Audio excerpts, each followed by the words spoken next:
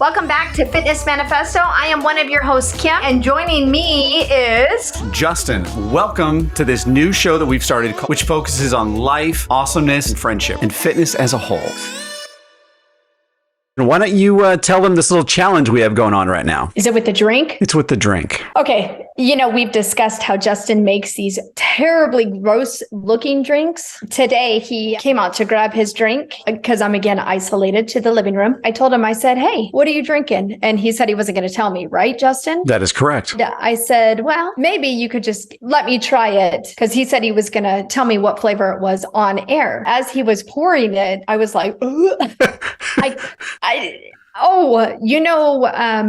when you have the shots. Oh, God. That's what it looked like coming out. Justin, you can't deny that. I can't. No, I unfortunately have to tell you that now I may not be able to drink this ever again, because that image is so ingrained in my brain now that, oh, that is unpleasant. But let's unveil to the world. Why don't you take a sip and then I'll tell you what's in it. Oh, I will tell you, I smelled it and it smells a little bit like chocolate. See? It's not so bad. Come on, be daring. I mean, even the look of it. I really like this glass though.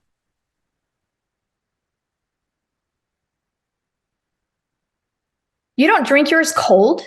Why? Well, no. Remember, I actually put tea in this one. Usually it's very cold, but I put tea in this because it was a little thick. See, well, hang on. So for those that can't see, this is our second sip, and it's different. It's different, but it's not bad, right? I'm undecided. I haven't had enough yet to really decide. If I had to go off of what it looked like, then no, absolutely not. No way would I drink whatever you pulled out of the toilet for me. But it's okay. Is there banana in it? No, there's no banana in this one. Let's see. So it's got a chocolate pea protein in it. Okay. And it's got blueberries, raspberries, and blackberries in it. I taste none of that. Okay. Then it's got 4 handfuls of spinach. Okay. 2 cups of carrots. Interesting. Okay. A cup of dragonberry juice. Huh. Are these frozen things that you put in here to blend it, or? So only the fruit is frozen. So the blueberries, blackberries, and raspberries are like a frozen mix that I use. Okay. It's just berries. And then the dragon fruit juice is like normal juice. And then obviously fresh spinach. So that's fresh. I think that's everything, right? I think it's everything. Oh, and carrots. The carrots are fresh. And then what is you said you put 2 scoops of what? Protein powder. It's a chocolate. Actually, no, this one's a green tea pea protein powder. Well, you added tea in there on top of it. I did add tea, yes, but this is it's a green matcha tea chocolatey flavored protein powder. It's so good. Interesting. What turned you on to this? I tried to maximize the amount of, when I eat, I try to maximize the best calories that I can get with the most nutrition. And so spinach has a lot of fiber, which fills you up, and it's really good for you. The berries are all very low glycemic and they're all really healthy. And they also have fiber, which helps fill you up. The protein is for protein. The carrots, I love My husband carrots. is allergic to carrots. Legitimately? Yeah, legitimately. Ted is allergic to carrots. So what happens? Is it anaphylaxis, or is it like a rash? Yeah. His throat gets really, really itchy. And yeah, it's pretty crazy. Well, if you ever want to try one of my smoothies, I'll make sure that I definitely don't add that to it. I will not try that smoothie. I promise you. I can tell. Most people don't. Kelly, when she's feeling really adventurous, she'll venture and be like, hey, I'm willing to do this for you, Justin, just to see. My oldest son, Seth, tried it one time and literally had to run outside like he was going to puke. My other 2 kids love it. They think it tastes great, but I know I'm in the minority here. That's all I'm going to say. All right. With that, how are you today? I'm great, Justin. How are you? Fantastic. I'm really excited about today's topic because it's something that is near and dear to both of us. Basically, it's dealing with hard times, right? Getting through something that's very difficult, making tough decisions, but sticking with it. Yes, I agree. I know. And with that, I found that my calendar is empty.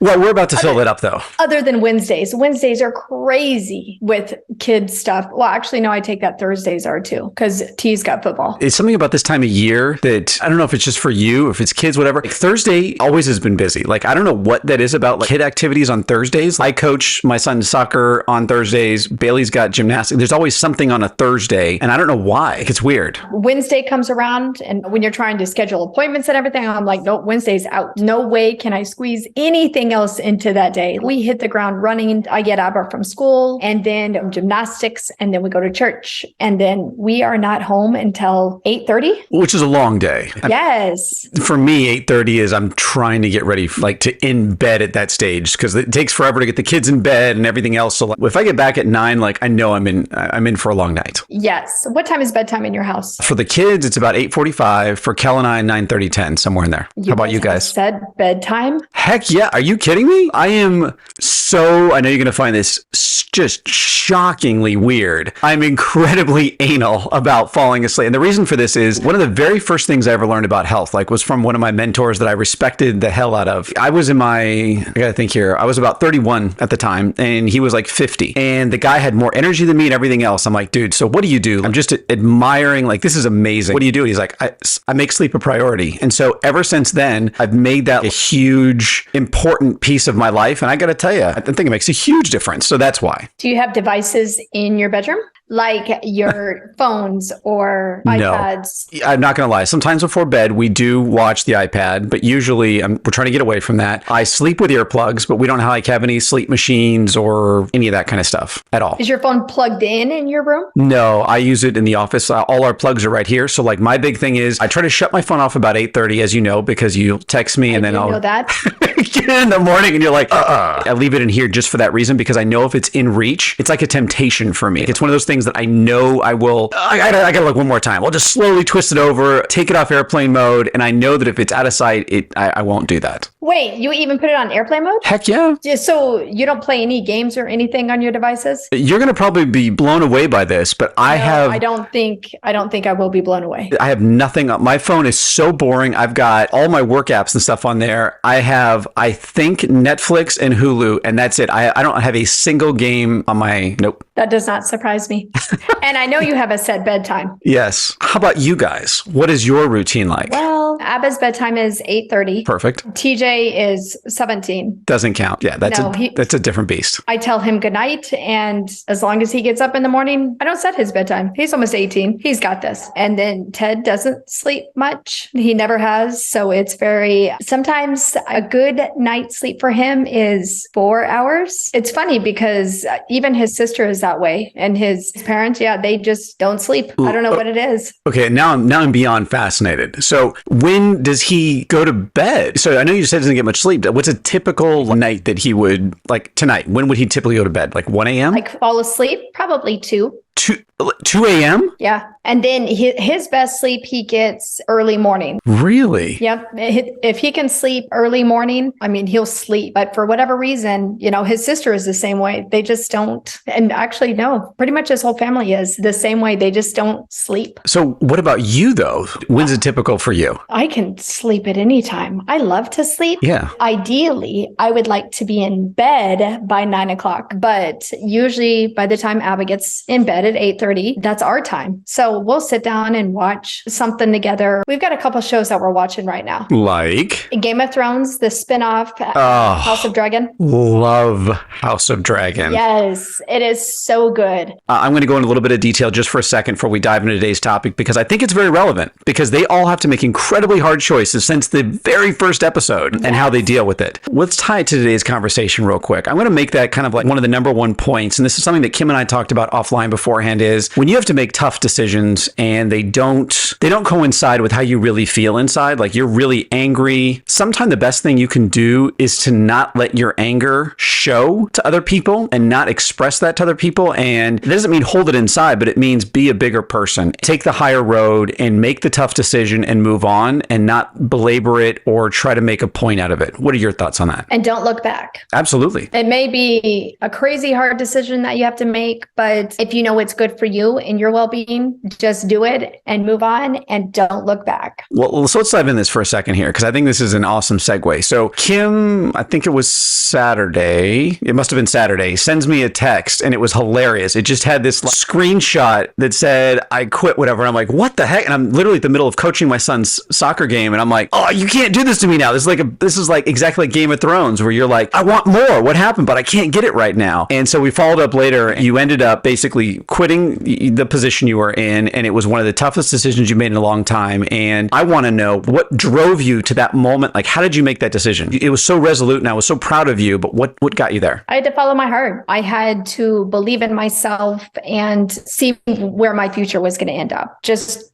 go with how I was feeling. And even if it does bring you heartache or something, you just look to the other side. One of the questions I got this week that was very interesting. So I posted something on LinkedIn, and one of my old employees of mine wrote to me and basically is in a bad situation with a bad boss, not in kind of what you were going through, but in a different situation. And he said, what do you do about a bad boss? I think it's similar to what you said. Life is too short to put up with crap. And I know this is harder for some people than others. So I'm not trying to negate the fact that this is something easy, but sometimes you have to make there's nothing easy. There's nothing easy about it. No. And making the right decision, sometimes by it being hard, you know it's the right decision, is to walk away sometimes. Life is too short to put up with other people's crap, especially like at work. If you're in the office and you're spending 8-10 hours a day there, being in a position that you hate is never, it's just not worth it. It never, ever is worth it. No. And if it sucks the joy out of you, why would you want to do that to yourself? I mean, really? I agree. And it was funny because seeing you, I don't know, what is this, 5 days later, 4 days later, something like that from the decision, it's funny because I could hear in your voice when you made that decision, you were saddened by it. And which is a very, very natural reaction. Now you can tell that you're more resolute in it. You feel very confident in it. And you're like a phoenix rising from the ashes. Of course. And now my schedule is empty, and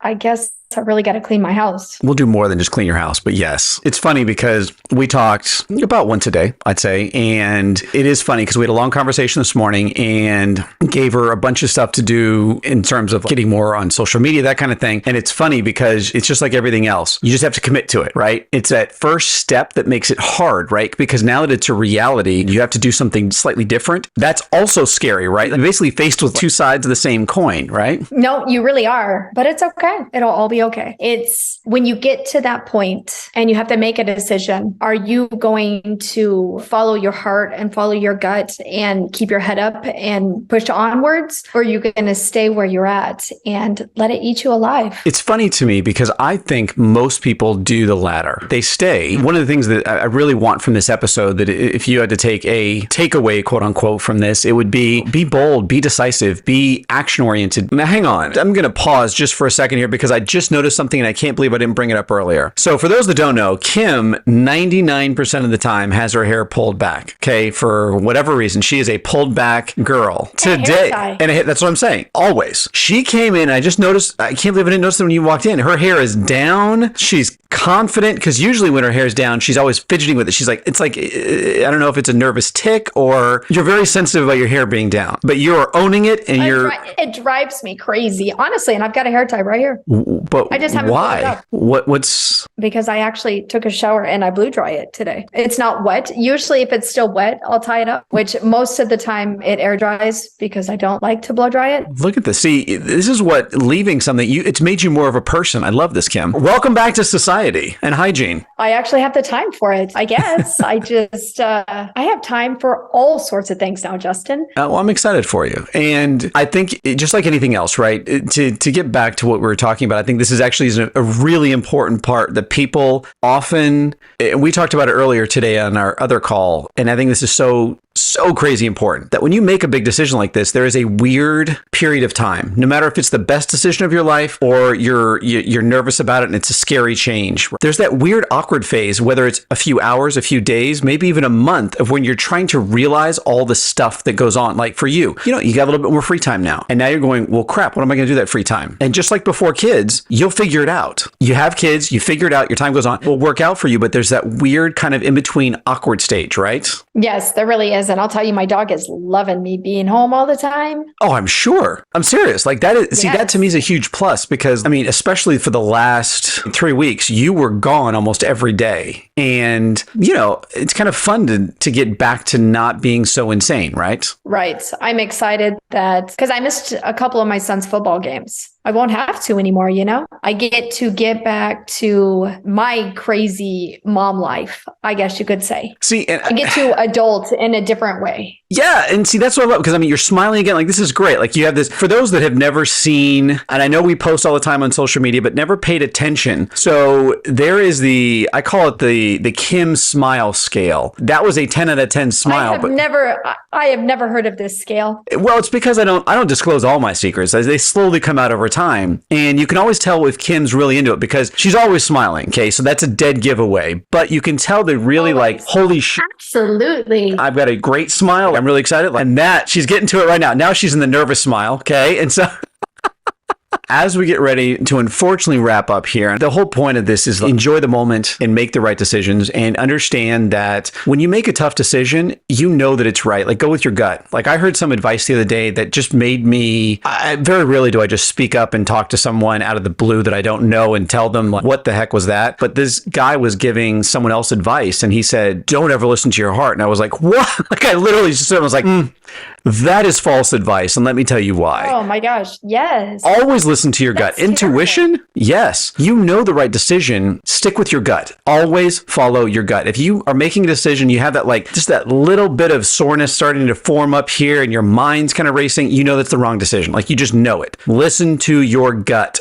Always. One more time. Always listen to your gut. Kim, what do you think? I would agree with that. If you can walk away from it and you don't have any regrets and you feel at peace, then you made the right choice. But if you are walking away and you're regretful and of course, your first thought is going to be, I made the wrong decision, but you may not have. You got to give it a little bit of time. Absolutely. And I think time is the other factor that a lot of people don't, especially like you were talking about cultures earlier. The U.S. culture is now. Like, we have no patience of any kind in the United States, like zero. Like, if we have to wait more than 30 seconds, it's basically, we're not going to do it. Patience, especially when you make a tough decision or you make a decision that you know is gut wrenching, whether you're breaking up with someone, you're quitting something, you are having to separate from someone because you have to move overseas, whatever it is. Like, you got to give yourself time to digest that and recover from that and not rush through that process, because then you'll start second guessing yourself. But if you accept it and you slowly go through the motions, you'll find it very soothing and it will be less of a stark contrast. Yeah, nope, I totally agree with that. If you do choose to make a decision like that, just take a step back. Do follow your heart. If you are at peace, then you made the right choice for you. If you're doing I don't know if I did this, I didn't know if I did that, take a deep breath. Just wait. Because most people's reaction right off the bat,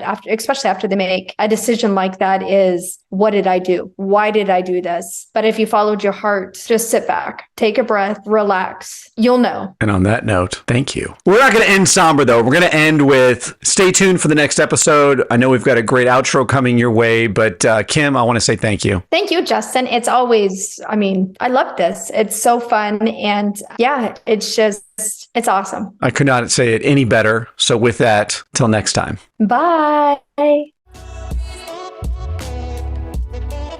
And that concludes today's episode of the Fitness Manifesto. I know you guys enjoyed it. And Kim, I want to say thank you to you and to our audience for making this podcast what it is. Yes, we wouldn't be here if it wasn't for you guys. And stay tuned for the next episode.